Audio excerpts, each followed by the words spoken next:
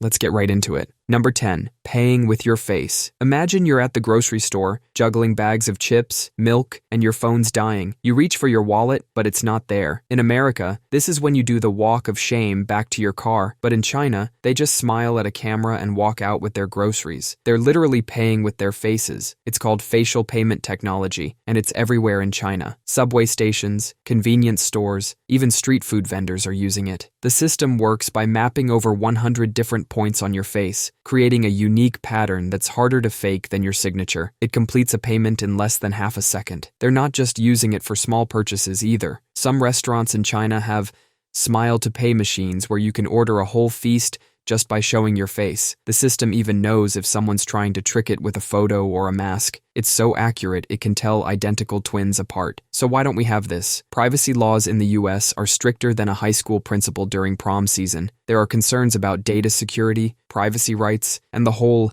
Big Brother is watching thing. Americans get nervous when you mention facial recognition. We're fine with our phones scanning our faces 50 times a day to check Instagram, but somehow paying with our face crosses a line. Meanwhile, in China, over 100 million people are registered for facial payment systems. That's more people than the entire population of Germany, all paying for stuff with their faces. Some Chinese cities are even using it in their subway systems. No more fumbling for tickets or tapping cards. Just walk through the gate and it automatically charges your account. But there's a dark side to all this convenience. The same technology that lets you buy a burger with your beautiful smile can also track where you go, what you buy, and basically your entire life. It's like having your mom follow you around with a credit card, except it's the government, and they're taking notes. So while we're still swiping cards like it's 1999, China's living in 3023, but maybe sometimes being a little behind the curve isn't such a bad thing. At least no one's judging your 2 a.m. ice cream purchases except the cashier. Number 9. The car that's not really a car. Imagine being 14 years old and rolling up to school in your own car. This isn't a fantasy. It's happening right now in France and other parts of Europe. They've got these things called quadricycles, and the most popular one is the Citroën Ami. It looks like someone took a regular car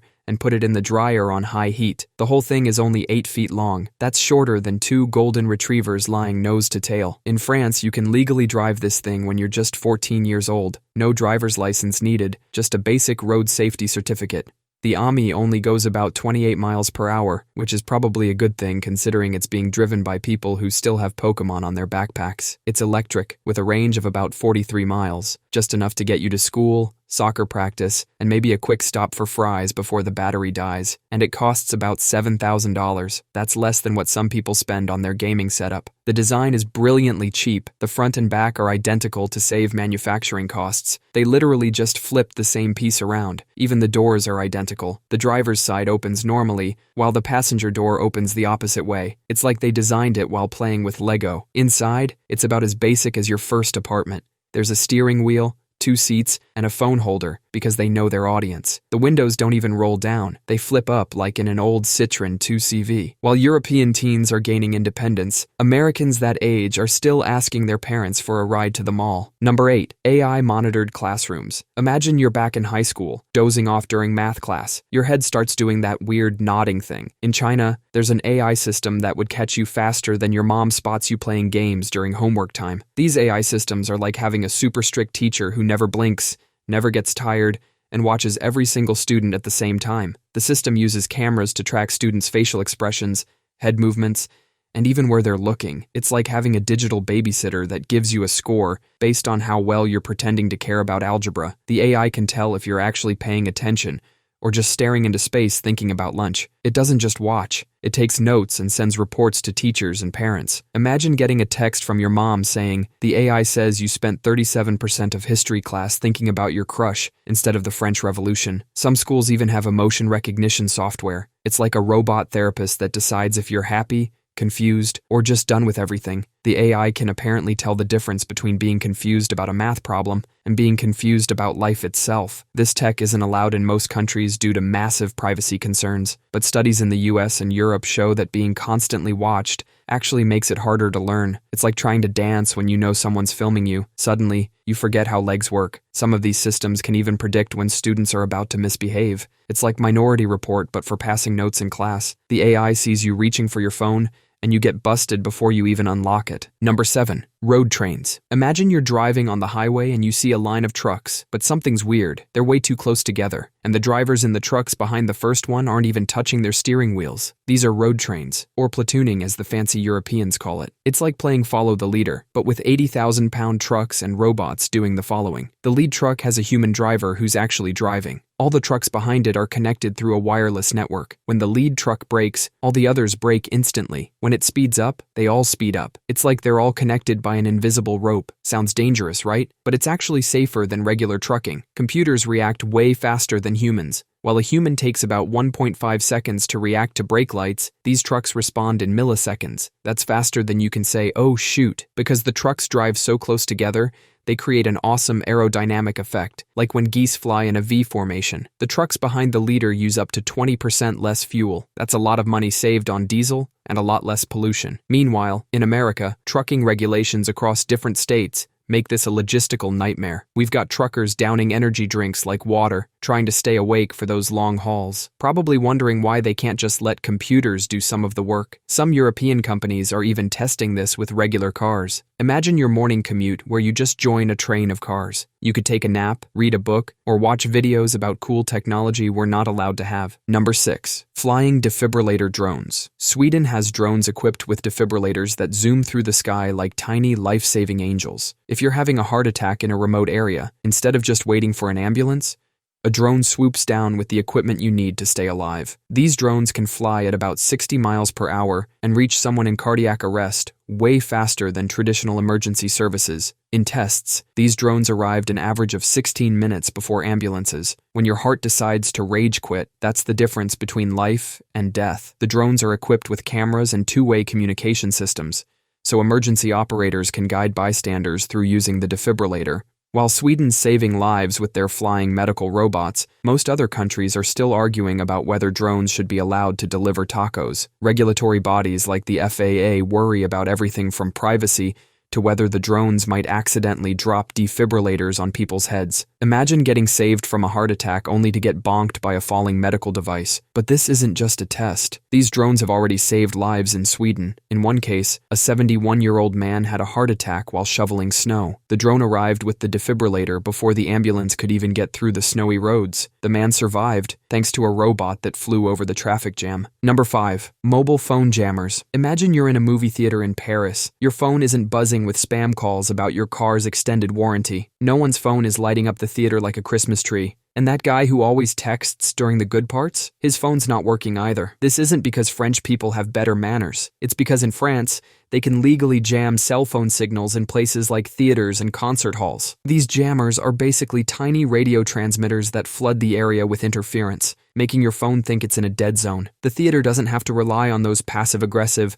"Please silence your phone's" messages. They just flip a switch and everyone's forced to actually watch the movie. But try this in America, and you're looking at serious federal trouble. The FCC will come after you faster than your aunt sharing conspiracy theories on Facebook. In the US, owning or using a jammer can get you fined up to $112,000. The government says it's because jammers could block emergency calls, but they probably just want to make sure you don't miss any of those important calls about your student loan forgiveness. Japan takes it even further. They actually installed jammers on some of their bullet trains, creating quiet cars where cell phone signals go to die. The irony is, while this technology is perfectly legal in some of the most polite places on Earth, we're forced to listen to someone's ringtone playing Baby Shark in the middle of a funeral. Number 4. Cars without side mirrors. Take a look at any car. What sticks out? The side mirrors. They get knocked off by passing trucks, collect raindrops, and make your car about as aerodynamic as a brick. In Japan and Europe, they're becoming as outdated as phone booths. Instead of these clunky mirrors, their cars use tiny cameras that feed into screens inside the car. The Honda E was one of the first to do this. It has these little camera stalks that stick out just a couple of inches. These cameras actually show you more than mirrors ever could. They adjust for glare, give you a wider view, and can even highlight objects in your blind spot. It's like having a personal security team watching your six, but not in America. Our federal regulations say we need actual physical mirrors, because apparently we're still living in 1959 when mirrors were cutting-edge technology. These camera systems are safer and more efficient. They cut down on wind resistance, which means better fuel economy. They also work great in rain and snow, while regular mirrors just show you a collection of water drops. But our regulations are like that one friend friend who refuses to try any new food because the old stuff works just fine. So when these high-tech cars get imported to America, they have to add old-school mirrors back on. Imagine buying a futuristic car from Japan and then having to bolt on some 1950s technology just to make it legal. It's like being forced to attach a rotary dial to your iPhone. Number 3. Traffic light countdown timers. You're sitting at a red light. You have no idea if it's going to be 10 seconds or 2 minutes, so you just stare at it, waiting, wasting gas, and getting more and more annoyed. In places like Taiwan,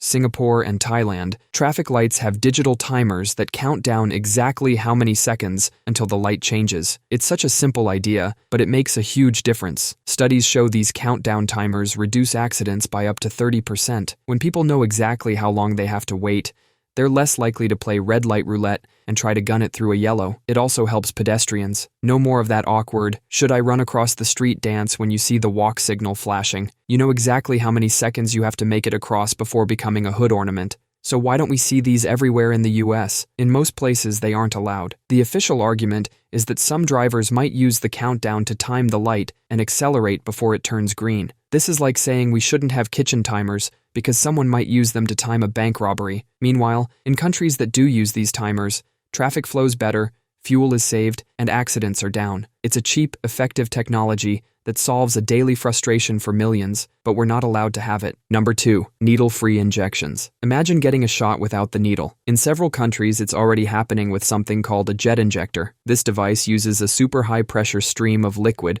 thinner than a human hair, to get medicine through your skin. It's so fast that it passes right through like it's not even there. The liquid is basically pressure washing its way into your body, which sounds way worse than it actually is. You might think this was invented to help people who are scared of needles, but the military came up with this idea because they were tired of replacing broken needles in the field. Turns out, when you're trying to vaccinate an entire platoon, needles start breaking left and right. These jet injectors were so effective that countries like India started using them for mass vaccination programs. But here's where it gets kind of gross. In the early days, they would use the same injector on multiple people. They thought the high pressure would keep the device clean. Spoiler alert, it didn't. After some unfortunate incidents of cross-contamination, they had to redesign the whole system. Now they use single-use cartridges. And this is where it gets weird. These devices aren't approved for general use in many Western countries. The FDA is worried about wet injections, when the jet isn't quite fast enough and the liquid splashes back onto your skin. It's like trying to pressure wash your driveway,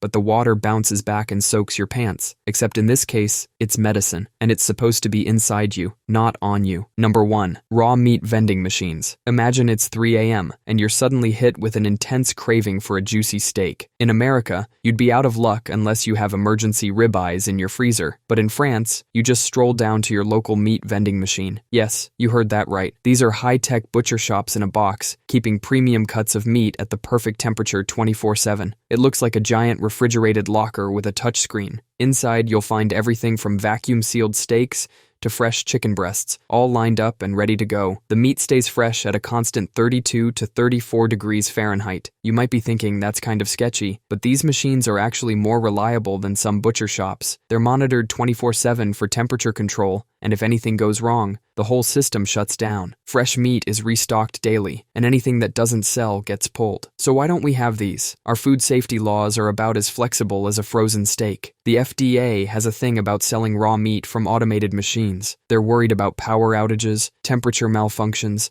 and probably that one guy who would definitely try to shake the machine if his steak got stuck. In France, these machines are becoming a common sight. Some French butchers even say these machines save their businesses. During the day, they run their normal shops, and at night, their meat vending machine keeps selling while they sleep. They even get alerts on their phones if something is wrong. Imagine a text at 2 a.m. that says, "Your steaks are getting too warm." That's either a very responsible vending machine or a very concerning drunk text. That's all for today. I'll be making similar videos in the future. Subscribe to see them.